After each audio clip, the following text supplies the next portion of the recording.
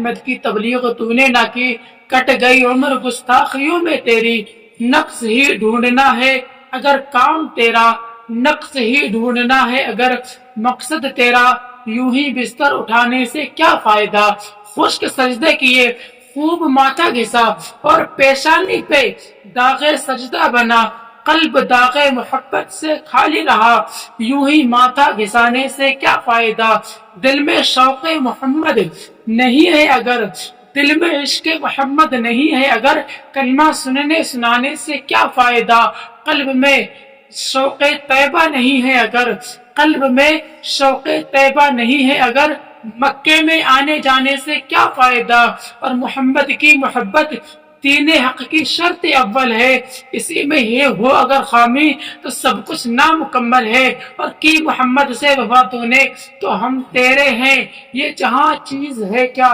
لوح و قلم تیرے ہے، یہ جہاں چیز ہے کیا لوح و قلم تیرے ہیں۔ حضرات، میرے آقا علیہ الصلوۃ والسلام جب اپنی ظاہری زندگی میں تمام صحابہ کرام کے ساتھ موجود تھے، اس وقت اگر کسی صحابی کو کوئی بھی حاجت پیش آتی، اگر کسی صحابی کو کوئی سوال کرنا ہوتا، اگر کسی صحابی کو کوئی مسئلہ درپیش آتا تو وہ میرے آقا علیہ الصلوۃ والسلام کی طرف رجوع کرتا اور میرے آقا علیہ الصلوۃ والسلام سے اس مسئلے کو فائنل کرا لیتا۔ میرے آقا علیہ الصلوۃ والسلام اس کی تمام ضرورتوں کو پورا کر دیتے۔ اسی طرح سے میرے آقا علیہ الصلوۃ والسلام نے تمام صحابہ کرام سے ملنے کا جو وقت تھا وہ ایک مقرر کر رکھا تھا۔ اس کے علاوہ بھی اگر کسی صحابی کو کوئی حاجت پیش آتی تو وہ میرے آقا کی بارگاہ میں حاضر ہو جاتا۔ میرے آقا علیہ الصلوۃ والسلام اپنے تمام صحابہ کے ساتھ مسجد نبوی کے اندر تمام صحابہ کی حاجتوں کو سنتے تھے اور پھر واعظ و نصیحت فرماتے تھے اور اللہ کا جو حکم آتا تھا اس سے آگاہ فرماتے تھے۔ میرے آقا علیہ الصلوۃ والسلام ایک مرتبہ مسجد نبوی میں بیٹھے ہوئے تھے کہ ایک شخص باہر سے آتا ہے اور پھر آنے کے بعد اس نے ایک نظر میرے آقا علیہ الصلوۃ والسلام اور ان کے ساتھی جو اصحاب تھے ان کی طرف دیکھا اور پھر دوسری نظر اس نے خالی مسجد کی طرف دیکھا اور پھر تیسری نظر میرے آقا علیہ الصلوۃ والسلام کی پھر مجلس کی طرف دیکھا اور وہ خالی مسجد کی طرف دوسری طرف کو چلا جاتا ہے۔ میرے آقا علیہ الصلوۃ والسلام فرماتے ہیں کہ کون ہے جو اس کو قتل کر کے آئے؟ حضرت ابوبکر صدیق اٹھتے ہیں اور پھر حضرت ابوبکر صدیق اس کے پیچھے جاتے ہیں تو کیا دیکھتے ہیں کہ وہ نماز کی حالت میں قیام کی حالت میں ہے۔ حضرت صدیق اکبر واپس آتے ہیں۔ میرے آقا فرماتے ہیں کہ صدیق کیا ہوا؟ تو حضرت ابوبکر صدیق عرض کرتے ہیں یا رسول اللہ علیہ الصلوۃ والسلام، میں اس کے قتل کے ارادے سے گیا تھا، میں اس کو مار دیتا لیکن وہ نماز میں قیام کی حالت میں تھا، اس وجہ سے میں نہیں مار سکا۔ میرے آقا علیہ الصلوۃ والسلام خاموش ہو جاتے ہیں۔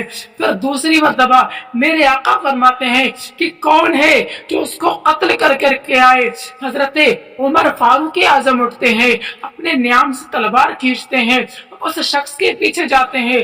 جیسے ہی اس کے پاس پہنچے تو کیا دیکھتے ہیں کہ اب وہ شخص جو تھا وہ حالت رکوع میں تھا۔ حضرت عمر فاروق اعظم وہیں سے واپس لوٹ آتے ہیں۔ میرے آقا فرماتے ہیں اے عمر کیا ہوا؟ حضرت عمر فاروق اعظم عرض کرتے ہیں یا رسول اللہ علیہ الصلوۃ والسلام، میں اس کے قتل کے ارادے سے گیا تھا، میں اس کو مارنے ہی والا تھا کہ وہ رکوع کی حالت میں تھا، اس وجہ سے میں واپس چلا آیا۔ میرے آقا پھر خاموش ہو جاتے ہیں۔ پھر میرے آقا فرماتے ہیں کہ کون ہے جو اس کو قتل کر کے آئے؟ اب حضرت عثمان غنی اٹھتے ہیں اور پھر جب اس کے پاس جاتے ہیں تو کیا دیکھتے ہیں؟ اب وہ حالت سجدے میں تھا۔ میرے آقا علیہ الصلوۃ والسلام کے پاس حضرت عثمان غنی واپس آتے ہیں، عرض کرتے ہیں یا رسول اللہ، اب وہ سجدے کی حالت میں تھا۔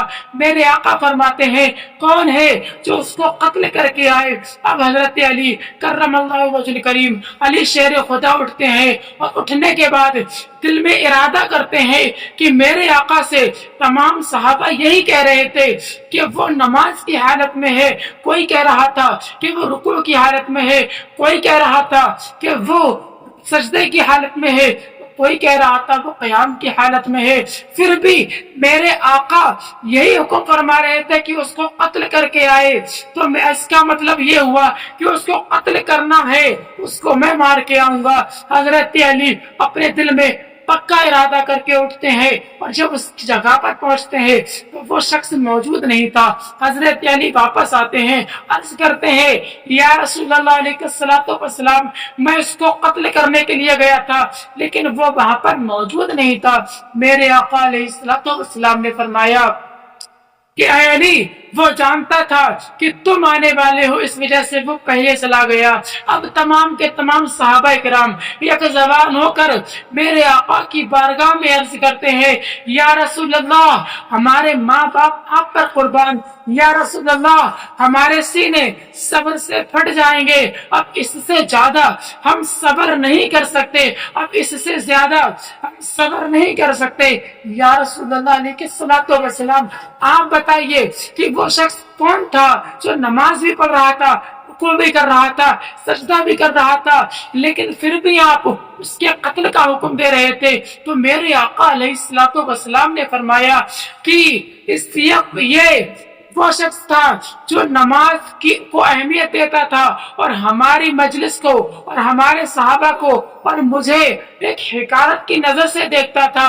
اور میرے آقا فرماتے ہیں، ذرا الفاظ پر غور کرو، میرے آقا فرماتے ہیں کہ باقرب قیامت اس کی نسل سے ایسے لوگ پیدا ہوں گے جن کی نمازوں کو تم دیکھو گے تو اتنی زیادہ نماز پڑھیں گے کہ تمہیں ان کی نمازوں پر رشک آئے گا۔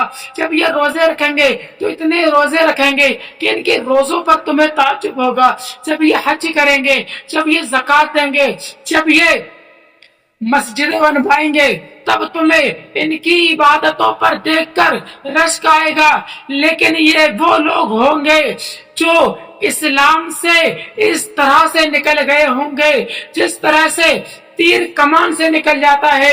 یہ نمازیں تو بہت پڑھیں گے، یہ روزے تو بہت رکھیں گے، لیکن میرے صحابہ سے اور مجھ سے بغض کریں گے اور میری نفرت اپنے دلوں میں پالیں گے۔ یہ قرآن تو پڑھیں گے، یہ قرآن کا درس تو دیں گے، لیکن بظاہر دیں گے، ان کے دل میں میری اور میرے قرآن کے لیے کوئی بات بھی نہیں ہوگی، ایک آیت بھی ان کے حلق سے نیچے نہیں اترے گی۔ اور یہ وہ لوگ ہوں گے جو قرب قیامت آئیں گے اور یہ مذہب اسلام سے اس طرح سے نکال دیے جائیں گے جس طرح سے تیر کمان سے نکل جاتا ہے، کبھی واپس نہیں آتا۔